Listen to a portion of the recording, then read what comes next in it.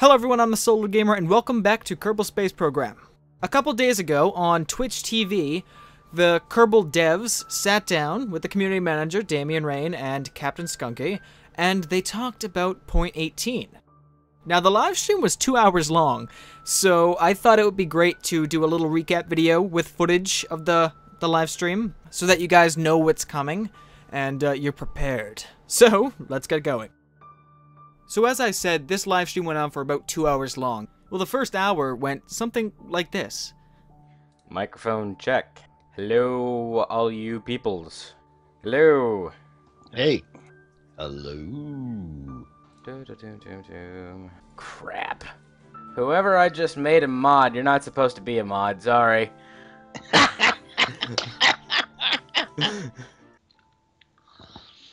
Oh, good grief. Are you eating? Hello. Hello. We are running a little bit late, but we are having technical difficulties, so there you have it. No, you do not want me singing, trust me.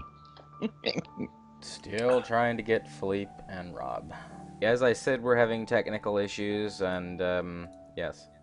We now have Harvester, lead dev of KSP, on the stream, though his mic is rather crappy. Is it noisy? Yeah, it's kind of noisy. Tape it to the side of your face, that'll help. Yeah. All technical difficulties aside, they really dug into the most anticipated feature for Kerbal Space Program, which is docking. Damian was demonstrating what docking was using a development hack where there is no gravity anywhere, so that's why it looks a little weird, because, well, they're hacking. But devs can do that, you know? There's no rules with them. Crap. It's a little harder than it looks. You think? Oh, come on. And docked. Now, I hate to talk over the god of Kerbals himself, Felipe, or Harvester, but his microphone was just too noisy and you couldn't really hear what he was saying. But yeah, so I'm going to reiterate what he said, and essentially what he's talking about right here is that when the two docking nodes get close to each other, they are going to magnetically come together. Then they're going to merge into one vessel. So essentially you can have multiple command pods all attached to one vessel, which simply implies that you can create space stations, you can receive transfers up in orbit, and essentially construct large vessels in space. So yes, in other words, docking is absolutely confirmed for 0.18. One thing that didn't come out in the live stream, but came out later on, was that you can actually build pre-dock ships in the assembly building, which means that you can actually create your own Apollo mission. And the way they're doing this with the multiple command pods is actually Harvester wrote a blog article about it, and essentially he said that you would select one pod to be the main pod for the vessel, and the controls would orientate itself with that command pod.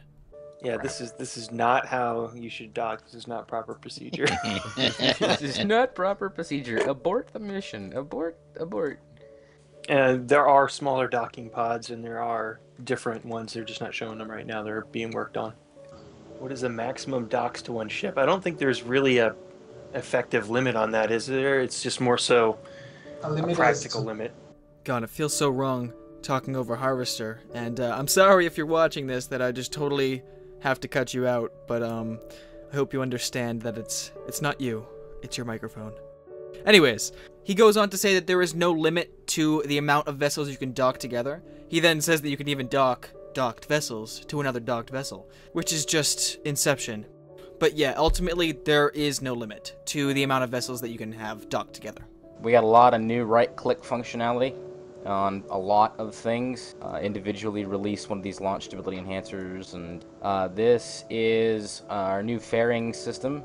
It's actually hiding an engine. This right here is a fairing. It's a liquid fuel engine fairing, so it is hiding the engine. And we do have... those are all stock parts. Yep, they're all stock parts. Yep. This, as you can see, is some of our new graphics redesign that Nova Salisco did. But yeah, we've got fairings for you. We don't have shrouds. We don't have shrouds, but you could easily make a shroud with the fairing module. It's not necessarily going to change your drag, but you can do multiple fairings in one part, like the nuclear thermal engine actually breaks apart in half like a shell. As they moved along in the stream, they started talking about the planets and the retexture of Kerbin, the Moon, and Moho. Kerbal got a massive retexture. Not only did Nova retexture it, but he's added rivers, mountain ranges, a huge desert, and a couple of other things that make the surface of Kerbal a lot better and beautiful. And I would suggest, without spoiling anything, that you guys spend some time combing the Kerbal Desert. I would suggest that you have a good long look in the desert, all of it. Just saying. So. Moho got a retexture, as well as the atmosphere is now gone, so that it's going to be easier for you guys to land on it. There is a new dwarf planet, which is unnamed, and it kind of reminds me of Tylo. You know, it looks like a moon, and it's in between Duna and Jewel. Speaking of Jewel, it got a new harsh moon that is extremely mountainous. Like, Holy! oh yeah. See, even some of the dev team hasn't seen this yet. So, and yes, it's dangerous and deadly, and I love it. Now, while they didn't actually show this off, Harvester did talk about it, and he was talking about action grouping. The best example of an action group that I can think of would be an abort sequence, all by pressing one button. You know, separate the cockpit, launch the parachutes, or, you know, a Sepratron making sure that you're far enough away, or, you know, some sort of sequence that's gonna get your capsule out of the explosion. That's going to open up a lot of new possibilities with, you know, fairings and all the new stuff that they're going to be adding in 0.18 and beyond. So you can really customize your staging to the way you want it to be. And this is a cool new animation on the start menu that has Moon or Bust on it, which is a reference to Kurt J. Mac, who does a lot of videos himself. Harvester and C7 brought up a topic of part modules, and since I can't explain them, and C7 did, I'm going to let him talk. And since the engines are modules now, you could potentially have one engine with two nozzles. You could have each nozzle running off a different fuel. You could do all sorts of things with them that you couldn't do before. And it's really cool because you can just really quickly put things together. Like if you wanted to have a wing and you wanted to add fuel tanks to it, you just add fuel to the parts definition and it'll have fuel there. You know, if you want to change how an engine operates, you just change its module. We have animation and FX modules that are going in. So if you want to make a really simple animated part, we have modules in place that you can just put in and it'll control the animation states. And you could even have multiples of those on one part and control different animations on the same part and all sorts of things. So it's really cool. I think people are going to have a very good time with it as we add more and more part modules to the system. They explained briefly about resources. Harvester used the example of an aircraft engine. It requires both oxygen and fuel. The intakes now take in oxygen so that it, you know, it makes sense. But he was talking about bringing it up into the atmosphere where there is no oxygen and then having the oxygen storage tank spread it to the engine and fly efficiently. And this is strictly just talking about the future. There isn't going to be an oxygen storage tank in the next version, or, you know, there might be. I don't know. I have no idea. But he was using that as an example of what they can do with resources. Yeah, right now the intakes are just intaking oxygen from the air, but I am looking into having them determine what planet they're on and seeing if we can decide what resources we want to have it bring in for each planet. But that's certainly something we could do, is have the intakes, you know, actually intake different material based on what planet they're on. It's certainly doable. Nova just introduced electricity to the game. This is a video that he put up showing off the probe and the new stock parts that's in the game.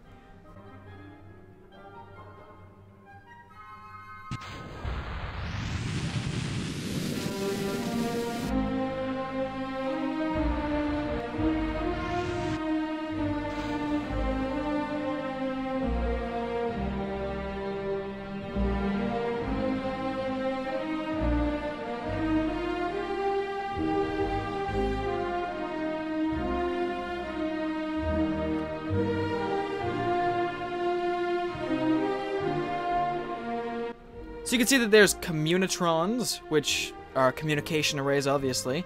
There is a thermometer,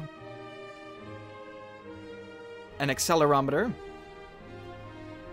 solar panels in multiple sizes, and a battery pack to store the energy collected from the sun. Now that was just what was shown in that video. There is another battery part. It's a battery bank, which actually might have been what that was. I'm not exactly sure. There are 6 different types of solar panels, different sizes. There is a radioisotope thermoelectric generator, which is extremely heavy, but generates constant electricity. They're adding ion engines, which consumes a little bit of electricity. SAS and advanced SAS now consume a little bit of electricity when active. Command pods do the same thing. Environment sensors, which are the thermometer and accelerometer, I think, they consume power as well. And unmanned pods consume power. So, electricity changes the game a lot, especially considering you need electricity to power the command pod, which is required for every space mission. So it's going to be interesting to see how it's going to change gameplay. All of these parts in this probe are stock. They're coming for 18. So the ion engines, the fuel tanks, the batteries, solar panels, everything. It's all stock and it's all coming for 18. Luckily, the only part in the live stream where Harvester's mic sounds, you know, like you can actually understand him was when he was talking about what he's been working on, which is a coincidence. But no, anyways, so this is a new maneuver predicting type thing that he is going to explain right now. We want to show you what we've been working on to make interplanetary flights easier now. And it's very much a work in progress still. This is what we have at the moment. So, as you can see on the map, Anthony's going to add a maneuver. So that's a maneuver gizmo. Basically, what a maneuver gizmo lets you do is tweak your velocity vector. Actually, tweak your potential new orbit from that point on. Basically, what that does is it lets you plan ahead a burn for your vessel, and it shows you what your the resulting trajectory will be. And once you do have maneuver planned, as you can see, you get a new gauge by the nav ball, which shows you your the delta V for that maneuver and how much you still need to burn. And you actually get a little vector that shows you where you need to point. But here you go, yeah, as you guys can see, I've chained 2 maneuvers so that we have a maneuver that's bringing us into a Mun encounter, and of course then we'll escape the Mun and we'll go back into an orbit. So as Philippe said, you can chain maneuvers. It's probably hard to see, but there's a little blue icon right here on the nav ball. That is for the maneuver that is coming up. Harvester's mic kind of strays off here, but essentially you would burn until that gauge, that green gauge, goes down to 0. And essentially you've matched the predicted orbit, as long as you're facing the blue icon on the nav ball. And that's essentially it. They wanted to help you guys get to other planets and encounters and plan flights a little bit easier without entirely clicking on a planet and saying, get me there. So this is what he's been working on recently, and it's shaping up very nicely. I want to show you guys something else real quick here that Chad was talking about. So you wanted a little more things to do on EVA. As you can see here, take a look at that. When your Kerbal's out on EVA and near a chute, click. We can pack the chutes back. In a situation where you accidentally fire off a parachute, you can emergency cut it as well. You can actually cut the chute in mid-flight. The flag planting stuff is nowhere near implemented already, so you're not going to see it today. Got the animations, huh? Yeah, we do have the animations. We just don't have the system. Now that's pretty much it for point 18 that they were talking about. They did hint at an EVA parachute for your Kerbals, but they don't know if they can squeeze it in this update. So the last thing that they talked about, or Rob talked about, was the server and how the next update is going to change and be a lot better than most. What we're trying to do is make it not suck. The last time we did an update, the servers repeatedly crashed. There were all sorts of horrible things happening. Cats and dogs were living together. What we decided to do for the next update is to make the update system itself a priority. We worked on the patcher, and after some discussion we realized that during those first few days when the patcher comes out, it really doesn't make sense to expect just one server to handle all the load. We moved everything over to our wonderful new partner, Amazon.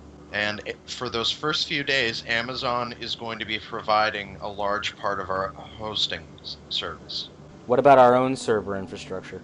What we're trying to do with those is we're trying to get more people onto one server without the server crashing.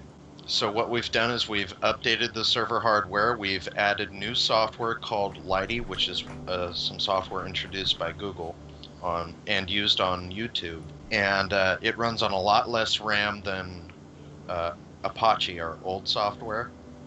So hopefully that will reduce our loads when we finally do deploy.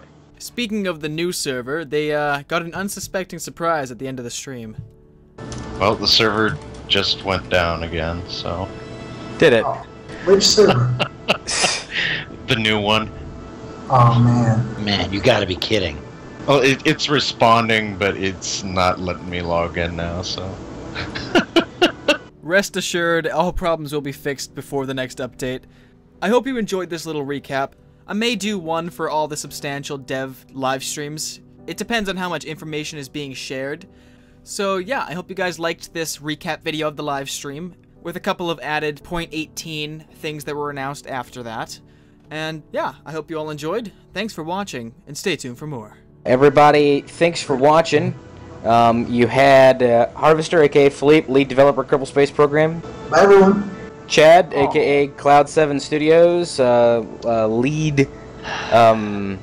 What are we calling you again? Technical artist. Yes. Lead technical we're artist. Just making up titles as we go. No, that's his title. That is his title. It's technical artist. So we'll talk later. Goodbye, everyone. Rob, our awesome, aka Nexus, our awesome server admin. Don't call me awesome until the servers start working. Yeah, I know. And release engineer, Captain Skunky, aka James, one of the community managers, my partner. Goodbye. And I'm Damien Rain, the other community manager, and this has been your first inaugural episode of KSP TV.